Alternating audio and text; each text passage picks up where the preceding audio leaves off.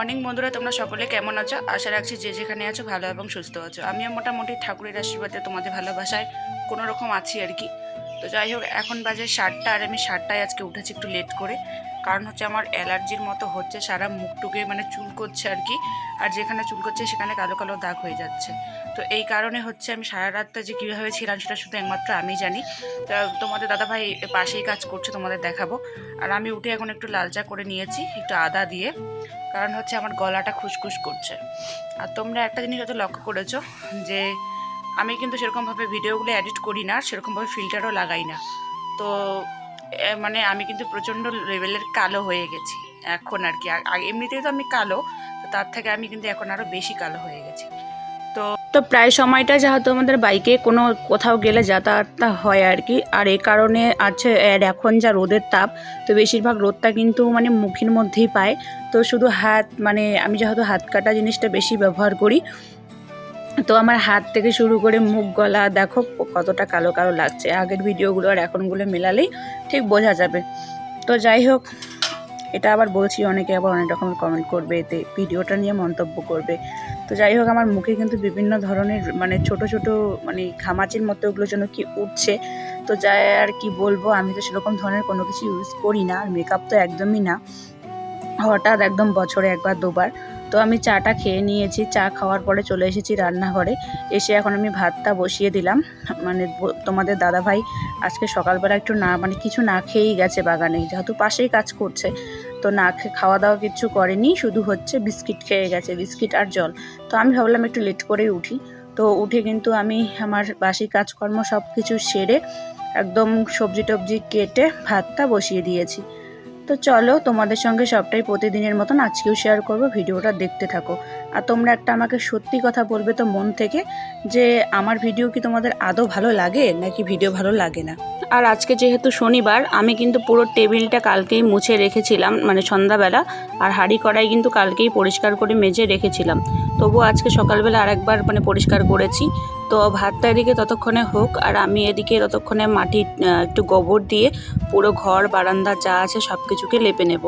তো চলো, আর পুজোটাও দিতে হবে, কারণ শনিবার তোমরা তো জানোই। আর আজকে কিন্তু আমি নিরামিষ রান্না করব, এই কারণে হচ্ছে সবজি টবজি সব, সবজি বলতে কি সেরকম হচ্ছে পটল ভাজি করব আর একটা বাঁধাকপি ঘন্ট বানাবো। তো ভাতটা বসিয়ে দিয়ে কিন্তু আমি বাইরের সব কাজগুলো করে নিচ্ছি, কারণ ও খেতে আসবে। আর তোমরা দেখো, এই যে দেখছো পাটখড়িগুলো, এগুলো কালকে তোমাদের দাদা কোন সময় যে গিয়ে মানে পাট ছুলে খড়িগুলো নিয়ে এসেছে, একদম ধুয়ে টুয়ে পরিষ্কার করে। আমি মানে একটুও টের পাইনি যে মানুষটা কোথার থেকে এসব নিয়ে এসেছে। আর চুলোয় যারা যারা রান্না করে তারা তারা এর মর্মটা ঠিক বুঝবে, কারণ চুলোয় রান্না করতে গেলে এই জিনিসটা আমাদের লাগেই, নাইলে আমরা উনুনটা ধরাবো কী করে। তো সেগুলো একটু রোদে দিচ্ছি আর কি। প্রথমে যেহেতু একটু মেঘলা মেঘলা ছিল, ভেবেছিলাম রোদ্রু মনে হবে না, আর দেখো আমি ঘেমে ঘুমে পুরো শেষ। তো চলো, এখন হচ্ছে আমি কিন্তু ভাতটা দিকে সেরকম লো ফ্লেমে রেখে দিয়েছিলাম মানে গ্যাসটা। তো আস্তে আস্তে ভাতটা হোক, আমি ততক্ষণে সবগুলো কাজ একে একে করে গুছিয়ে নেই। আর যেহেতু হচ্ছে আজকে বেলাও অনেকটা হয়ে গেছে, আর এখন দেখছি 8:30 বাজে। তো এদিকে আমি কিন্তু ঘরটা পুরো সার্ফ আর জল দিয়ে ধুয়ে নিয়েছি। নেওয়ার পরে এখন হচ্ছে একটু ঝাড়ু দিয়ে জলটাকে নিগড়ে দেবো আর কি। তো তোমরা তো দেখোই আমার ভিডিওগুলো, যে আমি সারাদিন কি করি না করি, তাই না? তোমাদের সঙ্গে তো আমি শেয়ারে করি। তো তোমরা অনেকেই আছো যে সাবস্ক্রাইব করে পরে কিন্তু আবার আনসাবস্ক্রাইব করে দিচ্ছ। সত্যি কথা বলতে আমার কিন্তু ভীষণ মানে ভীষণ লেভেলের খারাপ লাগে। এরকমটা করো না প্লিজ, সত্যি খুব খারাপ লাগে। তোমরা ভিডিও দেখবে না ঠিক আছে, দেখো না। সাবস্ক্রাইব যদি করতে হয় তাহলে করে দিও, নাইলে করো না, কিন্তু এরকম করো না। এই সাবস্ক্রাইব করে দিচ্ছ, এই আনসাবস্ক্রাইব করে দিচ্ছ। আর আমি জানি সেগুলো কিন্তু আমার ফ্রেন্ড লিস্টের মানুষই কিছু এরকম করছে। তো যাই হোক, তোমরা যে এটা করে কী লাভ পাও জানি না, তবে আমাদের মন ভাঙছো। আমাদের মতো ছোট ছোট যারা ইউটিউবার আছে, যারা ভিডিও বানা শুরু করেছে, অনেক আশা নিয়ে আমরা ব্লগ করি জানো, কিন্তু তোমরা আমাদের সেই আশাটাকে এভাবে ভেঙে দিচ্ছ, খুবই খারাপ লাগে। তো চলো, আমি অনেকের পাশে আছি আর পাশে থাকবো, তোমরাও আমার পাশে থেকো প্লিজ। তো এদিকে কিন্তু আমি পুরো ঘর পরিষ্কার করার পরে তোমাদের দাদার কিছু মানে জামা কাপড় ধুয়ে দিয়েছিলাম, তার সাথে হচ্ছে রিংকোটে কাদা লেগেছিল, সেগুলো একটু পরিষ্কার করে ধুয়ে দিলাম। দেওয়ার পরে এদিকে আমি গোবর নিয়ে এসেছি যে উঠোনটা আজকে একটু পরিষ্কার করব। কিন্তু দেখো কত ঘাস, আবার নতুন নতুন ছোট ছোট কত রকমের ঘাস হয়েছে, তাই না? এসব আর কত পরিষ্কার করব বলো? শুরু থেকে তো তোমরা দেখেই আসছো যে ঘাস মারা স্প্রে করা হচ্ছে, এগুলো তুলে ফেলা হচ্ছে, তবুও ওই একই, জানো তো? যতদিন না মাটি দেওয়া হচ্ছে ততদিন মনে হয় এগুলো শেষ হবে না। তো যাই হোক, ভাবছিলাম একটু ঘাসটা মানে উঠিয়ে নেই আগে, ঘাসগুলো সব তুলে নিয়ে তারপরে গোবর দিয়ে আর একটু মাটি দিয়ে লেপে নেব। যদিও মাটির এদিকে খুবই মানে অভাব বলতে গেলে, সব বালু মাটি। তো তবুও চেষ্টা করছি একটু মানে যত্ন করার, ঠিকঠাক করা, যাতে দেখতেও ভালো লাগে আর হাঁটাচলা করতেও ভালো সুবিধা হয় আর কি। আর এরকমভাবে জঙ্গলভাবে পড়ে থাকলে না বাড়িঘরে এমনভাবে মানে এতটা খারাপ লাগে দেখলে, আর দুটো মানুষ এসে যদি দেখে তাহলে কি বলবে যে এ বাড়িতে কি কোনো মানুষ নেই? আর মনেই হয় না যে এ বাড়িতে কোনো মানুষ আছে যদি এরকম নোংরা করে রাখা হয়। খুব মানে খুবই খারাপ লাগে। আর যেহেতু আমাদের নতুন জমিতে নতুন বাড়ি করে এ বাড়িতে আসা, মানে সব কিছু নতুন বলতে গেলে আর আমিও মানুষটা নতুন। তো মানে এতটা রোদ করছে যেন, রোদে পুরো ঘেমে ঘুমে আমি লাল হয়ে গেছি। তো তবুও এই রোদের মধ্যেই কাজগুলো একটু করে নিই, কারণ আমার বাড়ি, আমার সংসার, আমাকে তো করতে হবে। অপরজন তো আর এসে এই কাজগুলো করবে না, তাই না? তো চলো করতে থাকি কাজটা, আর তোমরা দেখতে থাকো। আর যখন একটু ছায়া ছায়া ভাব হচ্ছে, কিন্তু এতটা লেভেলের গরম লাগছে, মানে কি বলবো আর। আর মানে রোদটা এমনভাবে উঠছে না, মানে অরাজক রৌদ্র দিচ্ছে আর কি। তোমরা হয়তো দেখতেই পাচ্ছ যে এই কালো হচ্ছে, এই আবার ভোল্টেজটা কতটা হচ্ছে।